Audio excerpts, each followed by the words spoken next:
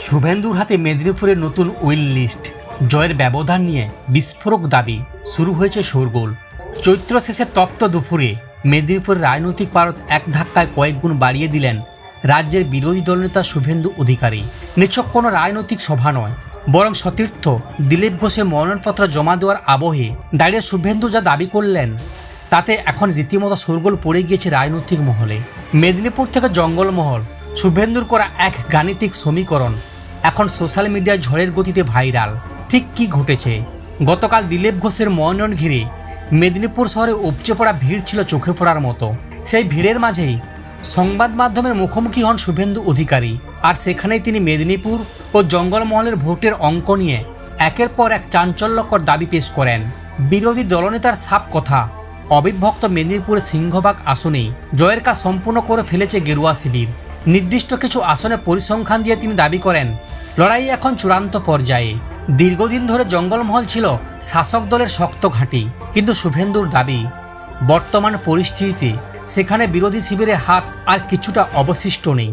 জনমানস পুরোপুরিভাবে বর্তমান সরকারের বিরুদ্ধে সেট হয়ে গিয়েছে বলে দাবি করেন তিনি। উনার কথায় সাধারণ মানুষ এখন পরিবর্তনের চূড়ান্ত মেজাজে রয়েছে। কোনো রাগঢাক না রেখেই তিনি মমতা বন্দ্যোপাধ্যায় সরকারের ভবিষ্যৎ নিয়ে বড়সড় ইঙ্গিত দিয়েছেন মেদিনীপুরের এই মাটি থেকে।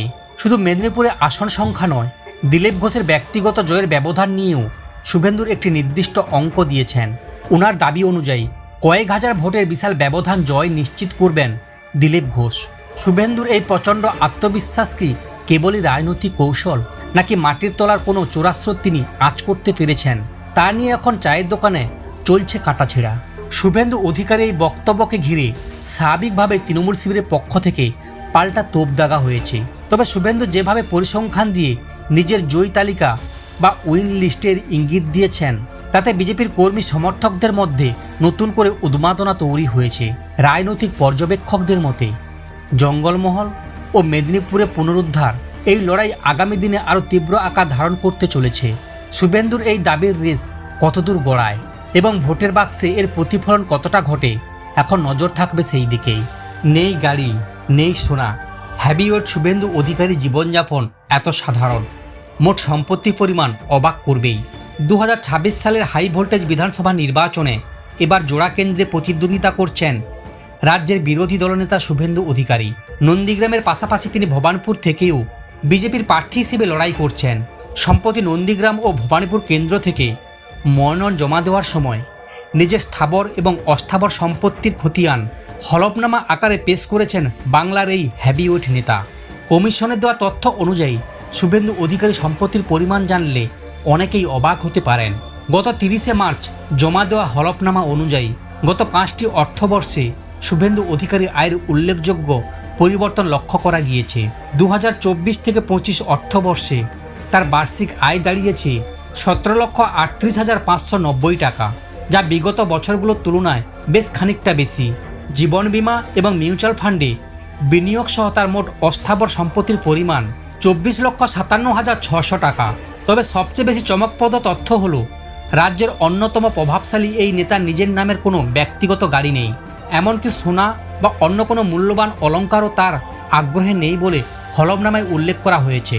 স্থাবর সম্পত্তির ক্ষেত্রে শুভেন্দু অধিকারী জানিয়েছেন 2.5 একর জমি রয়েছে।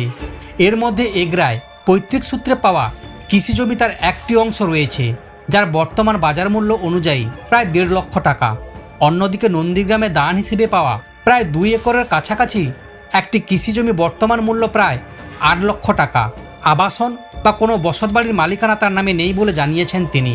একদিকে নন্দীগ্রামে ঘরের ছেলে হিসেবে নিজের গড় রক্ষা করা, আর অন্যদিকে ভবানীপুরে মমতা বন্দ্যোপাধ্যায়ের খাস তালুকে ঢুকে তৃণমূল সুপ্রিমোকে হারানোর মতো চ্যালেঞ্জ। এই দ্বিমুখী লড়াইয়ের মাঝে শুভেন্দুর এই অনাড়ম্বর জীবনযাত্রার খতিয়ান বিশেষভাবে নজর কেড়েছে। হলফনামা অনুসারে রাজ্যের বিরোধী দলনেতার নেই কোনো বিলাসিতা, নেই গয়না, না আছে কোনো দামি গাড়ি। হলফনামার এই তথ্য এখন আমজনতার চর্চার কেন্দ্রবিন্দুতে। এখন দেখার এই সাধারণ ভাবমূর্তি ভোটারদের মনে কতটা প্রভাব ফেলে।